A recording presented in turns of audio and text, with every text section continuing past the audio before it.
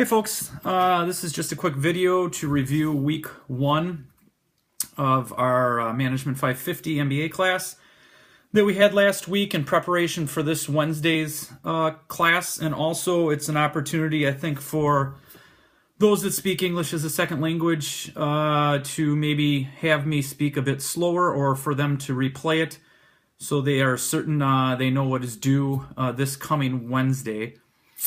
So, last week, big picture. We obviously introduced ourselves to the class, and then we took a look at the premise of the class. The class, of course, is a strategy class that is meant to build the foundation for the rest of your MBA work.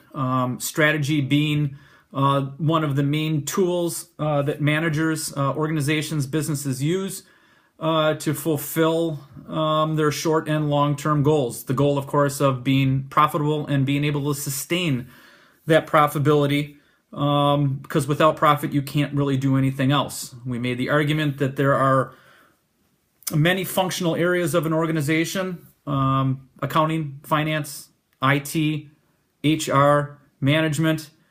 You could argue production, R&D, and then, of course, marketing/sales.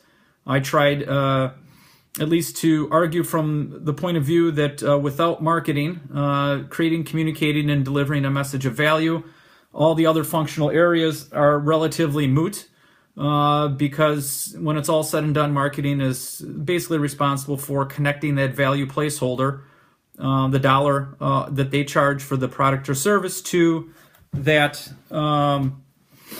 actual value of product or service, both intrinsic and intrinsic, both utilitarian and hedonic.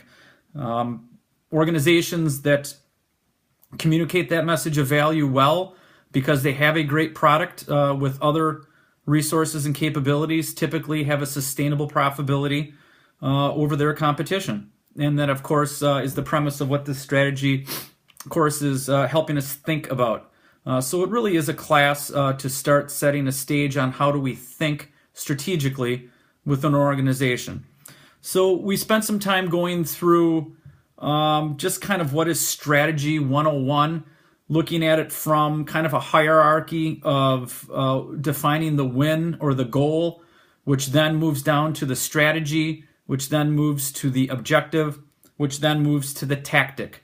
And we gave an example of an athletic team that is looking to win in this case, a basketball game. They set a strategy on how to do that.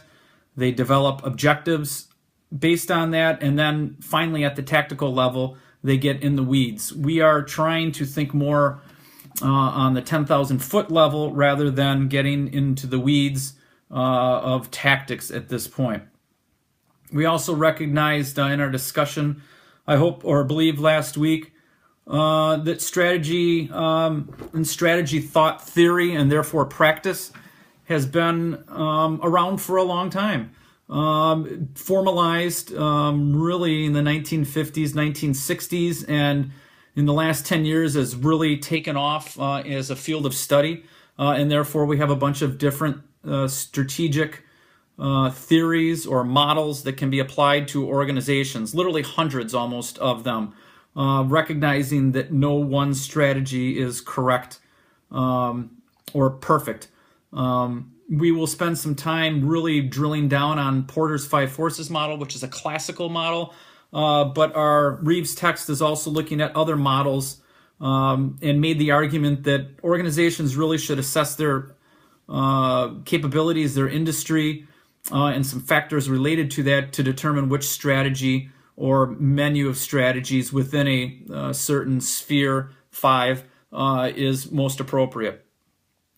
We then moved on to some of the work as explained by a colleague of Dr. Michael Porter, Margreta, and she started to outline the basic premise of his thought and his theory, which was originally posited in 1976, and he's had a number of iterations regarding that model, the Porter's 5 forces model. But basically we looked at competition and what competition is not and what is competition, and tried to define some differences between an old maybe or unknown model of competition, which is competing to be the best, competing for sales, competing for market share, and made an argument that maybe a better or a different way of looking at it is to compete for profits, to compete to be unique, to compete to have a sustainable competitive advantage, because that's really what you hang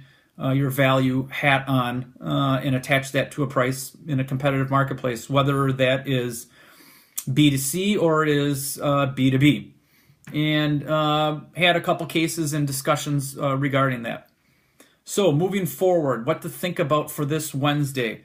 Within the Magretta text, we're going to actually expose ourselves to the Porter 5 Forces model.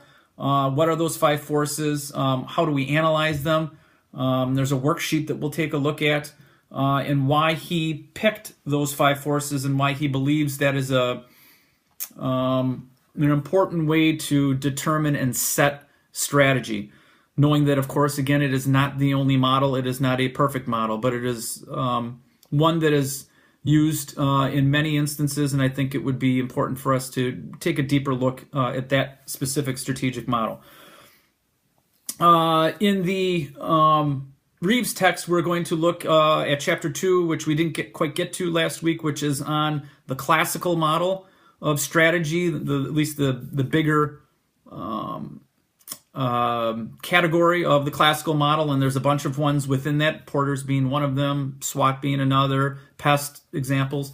We will look at that in Chapter 2 on being big.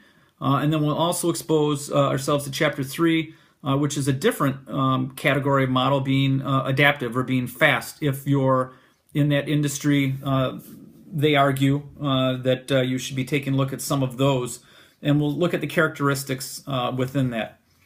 What is due for Wednesday? One thing is due for sure, and that's to be handed in. That is your case on Whole Foods. In that case, will need to be typed, no more than 1 page executive summary, and that is due on Wednesday. And we'll discuss that in class as well. We also discussed our project in the class. The project is going to be setting a strategy for both an industry and a brand, and you needed to do 2 things. One for sure, the other a little bit more up to you. One, you for sure had to go to Moodle and look at, or at least go to the discussion thread and let everybody know what industry you're choosing to do your analysis on and what brand within that industry you're going to focus on. Knowing that a good chunk of it really is about the industry more than it is the actual brand. So you don't have to know so much about the brand, but more about the actual industry. The other thing that is not necessarily due, but is a milestone that I think you should complete, and if you'd like me to take a look at it, I certainly can, before, during, or after class, via email or in person, is milestone number 2. Milestone number 2 for the project is developing what you believe to be the golden circle of the brand in which you picked. Some is going to be intuition. You can dig a little bit, but I get it. You might have to use some intuition. And either or both look at what you believe their golden circle is, and maybe they're doing it the wrong way. Maybe they're doing it backwards from the what to the how, or the why. And also then developing a golden circle with a narrative on what you think it ought to be based on our understanding of the golden circle. Remember, the golden circle is Sinek's argument that we should be communicating our value strategy through the why rather than the what and the how, which are generic, utilitarian, and really are not motivators as to what makes people act or businesses act. And so you perhaps will need to develop a new model, golden circle model, based on this new knowledge. So, in short, for Wednesday, chapter 2 of Porter or Magretta's text, and then 2 which you've already read, maybe review, and then chapter 3 of the Reeves text. Questions, comments, concerns, confusions, please email me. I'm accessible via email easily. And if not, we will see you on Wednesday.